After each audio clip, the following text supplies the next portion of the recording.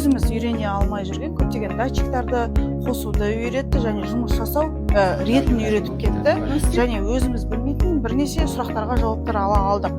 Сонымен қоса енді ғана үйреніп келе жатқан STEM және STEM бағыттарын жаңағы бір-бірінен айырмашылығын үйретіп кетті. Сол бағытта қандай жұмыстар жасау керек екенін және жұмыс жоспарын қалай ары қарай жүргізу керек екен, қалай бірлесе жұмыс жасау керек екенімізге жаңағы нұсқаулықтар беріп кетті.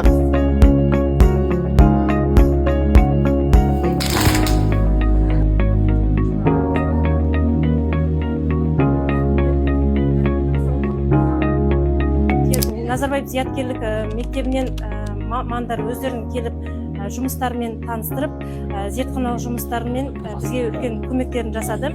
Зертхана барысы бойынша жаңадан келген құрылғылармен таныстық, олардың жұмыс жасау жолдарымен, программаларын орнату, яғни болашақтағы біздің жаңадан келген құрылғылармен жалпы оқушылар арасында қалай жұмыс атқару керек, сол туралы бізге толық ақпарат беріп түсіндірді.